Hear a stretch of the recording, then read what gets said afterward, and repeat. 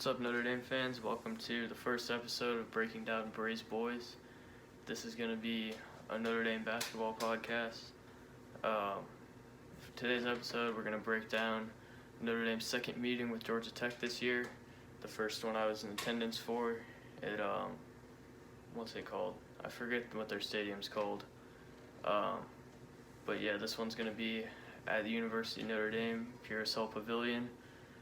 Where Notre Dame has traditionally struggled this season, but they got a big win there against Wake Forest in a game they should have won. But yeah, can't wait to break it down. In order to give an accurate description of how this game's going to go, or analysis, we got to look at the last game first. So the last game, Notre Dame won 78-74. Big contributions from Prentice Hub, he's up there. Dane Goodwin, he's up there. The sophomore class looked the best it's looked pretty much the entire season. Hub had 25, which was a game high, even though he had some really bad stretches in that game. And then Goodwin came off the bench and does what he always does.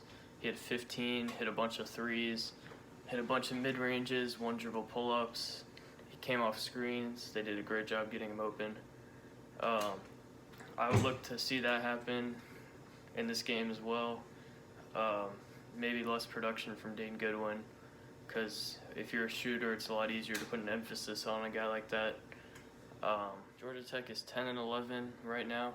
They don't have a very good ACC record, but they just came off a nice win against Morehouse. Hopefully they don't build on that, but that's what they're looking to do. They're led by sophomore Michael DeVoe and junior, I believe, James Banks, who's their center. Those guys are pretty much their entire offense, along with Jose Alvarado. So let's get into the matchup to watch now. It was pretty easy for me to pick the matchup to watch for this game. I got to go with John Mooney and Juwan Durham versus James Banks and Moses Wright, the two main rebounders on Georgia Tech.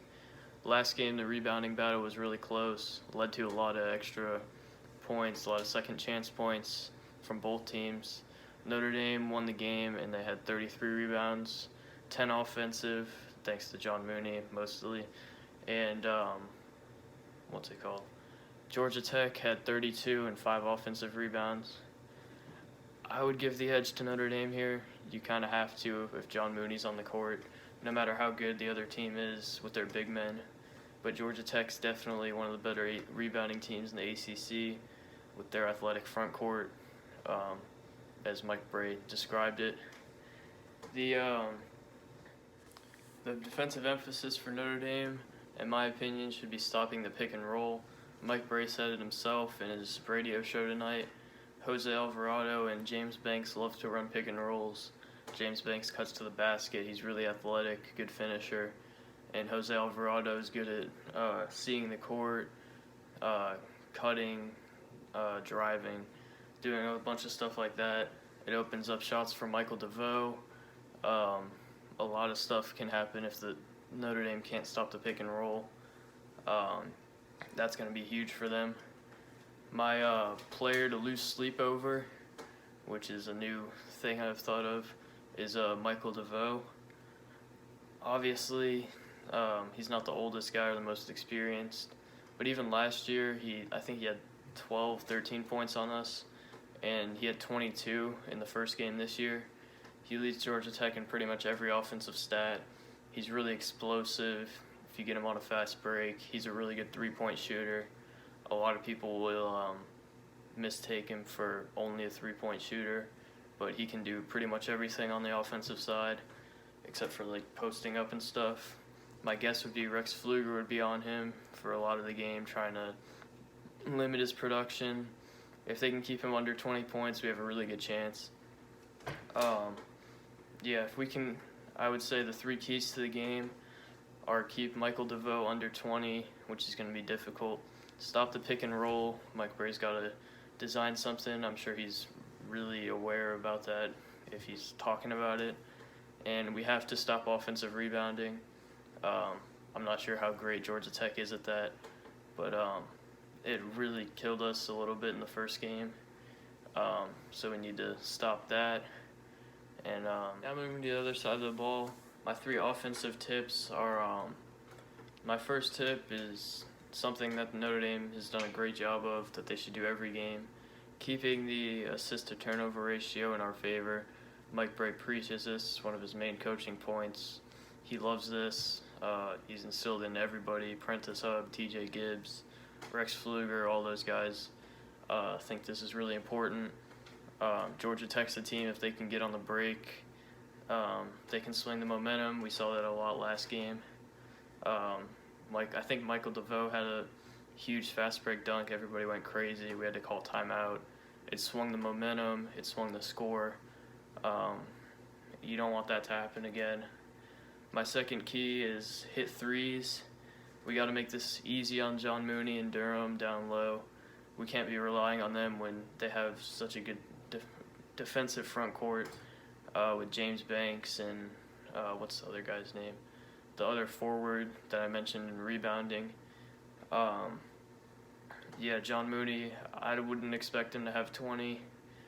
He did okay last game against them, but you can't rely on him for that production against James Banks.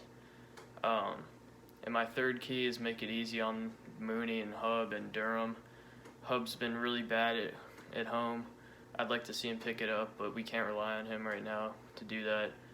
TJ Gibbs is going to have another huge game like he has the last couple of games. Maybe Rex Pfluger hits a couple threes. Dane Goodwin needs to take some attention off those guys. Who else? Nate Lachesky. I'd like to see all them hit a few threes each and put us in a good position. My final score prediction is going to be Notre Dame 86, Georgia Tech 84. Obviously, it's going to be a close game. Every Notre Dame game is a close game except Maryland. Notre Dame has a 78% chance to win based off ESPN, what they're saying. I think at Pure Pavilion, they haven't been as good as on the road, which is crazy. Mike Brey said the younger guys feel too comfortable, but this game they really need this game. They can finally see the light. If they can make a run with a few in-conference wins, anything can happen. Could get a couple rounds in the ACC tourney. Maybe they're a bubble team. I don't know. This is a big game. Pitt's a big game. I really hope they pull this out. They're going to need to if they want any hope going forward for the next couple weeks at least, because I don't see them pulling it out against like Duke, UNC, Louisville, maybe UNC. But if they can do all those keys, if they can get a couple guys that get hot, you never know what can happen. But I wouldn't put my money on this being any more than a 5-point game. This is going to be close, down to the wire, just like every other Mike Brey game this year, every other Notre Dame game.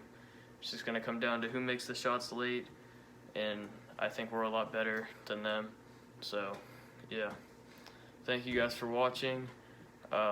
If you liked it, drop a comment, drop a sub, drop a like so I can keep doing these. Thank you for watching. Go Irish. Beat Tech.